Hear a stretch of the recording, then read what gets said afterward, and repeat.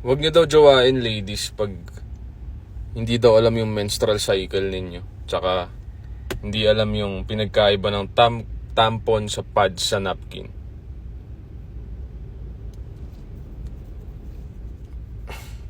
Ang petty, no? Solid. Ang babaw nyo naman. May nakita ba kayong lalaki nagsabi na, "Oh, mga lalaki, pag di marunong magluto yan, huwag nyo jojowain yan, ha? Pag di marunong maglaba, pag di marunong sa gawaing bahay, huwag nyo jojowain yan." Alam nyo bakit? Alam nyo bakit, min? Kasi tangina na ituturo naman yun, eh. Ay, nako. Ano yun, first date natin? Anong menstrual cycle mo? Hindi, para alam ko lang kasi, seryoso ako sa connection nating dalawa, you know what I'm saying? Gusto ko malaman ko anong menstrual cycle. Ganon?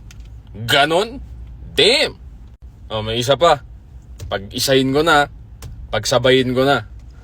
Sabi nung isa, red flag ang lalaki pag ang love language niya physical touch. Most likely than not, guys. Papalitan ka lang daw kasi ng malapit pag ganun. Lalo na kung magiging magkalayo kayo. Ay, nako. Pakababaw na. Alam nyo kung ano love language. Na-google nyo na. Okay.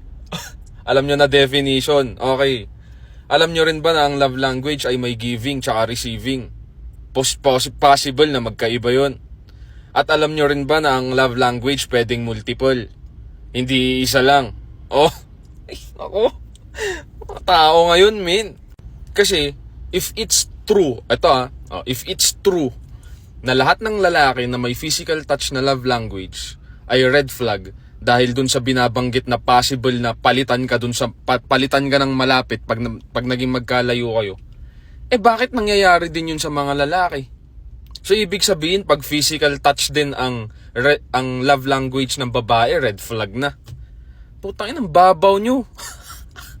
Di ko alam sa inyo, pero may mga tao talaga na gagawin nila lahat just to instigate hate. No? Babaw, tapos kayo pa nagbibigay ng piece of advice sa love tsaka relationships. Wow, kapal ng muka. Patingin nga ako relationship nyo. Patingin nga, successful ba? O kita nyo? Wow, how ironic na bandera lang ang kaya nyo iwagayway. Na ako bilang isang straight na lalaki, mas kaya ko pang pangatawanan yung mga salitang love wins. God damn. Love wins while you push other people to hate on another gender? Wow, ang galing. Remind ko lang kayong lahat, ladies and gentlemen, kung meron kayong mga past trauma, nanggaling yun sa mga select few na tao lang. And another thing is, huwag kayo nagbibigay ng pieces of advice kung galing kayo sa hatred tsaka bitterness. Y'all should be just healing your personal wounds. Huwag muna kayo magbigay ng pieces of advice. Kasi ang pangit, eh. Diba? Ako rin may pangit na karanasan sa mga babae. Legit yun, real talk. I was betrayed. Pero hindi ako lumabas dito to hate on women. Kasi alam ko, tangina common sense, hindi lahat yan pare-pareho. Hindi dahil nangyari sa akin, mangyayari sa inyo. Kaya nga ako nandito to teach y'all better, eh. Diba? Ang problema, yung mga gender hater na lumalabas dito, baliktad yung ginagawa nila. Oh, baka hindi nyo pa nakukuha. Wala sa gender yan. Kung basura ka, basura ka. At kayo, lahat kayo mga promotor ng gender hate, basura kayo.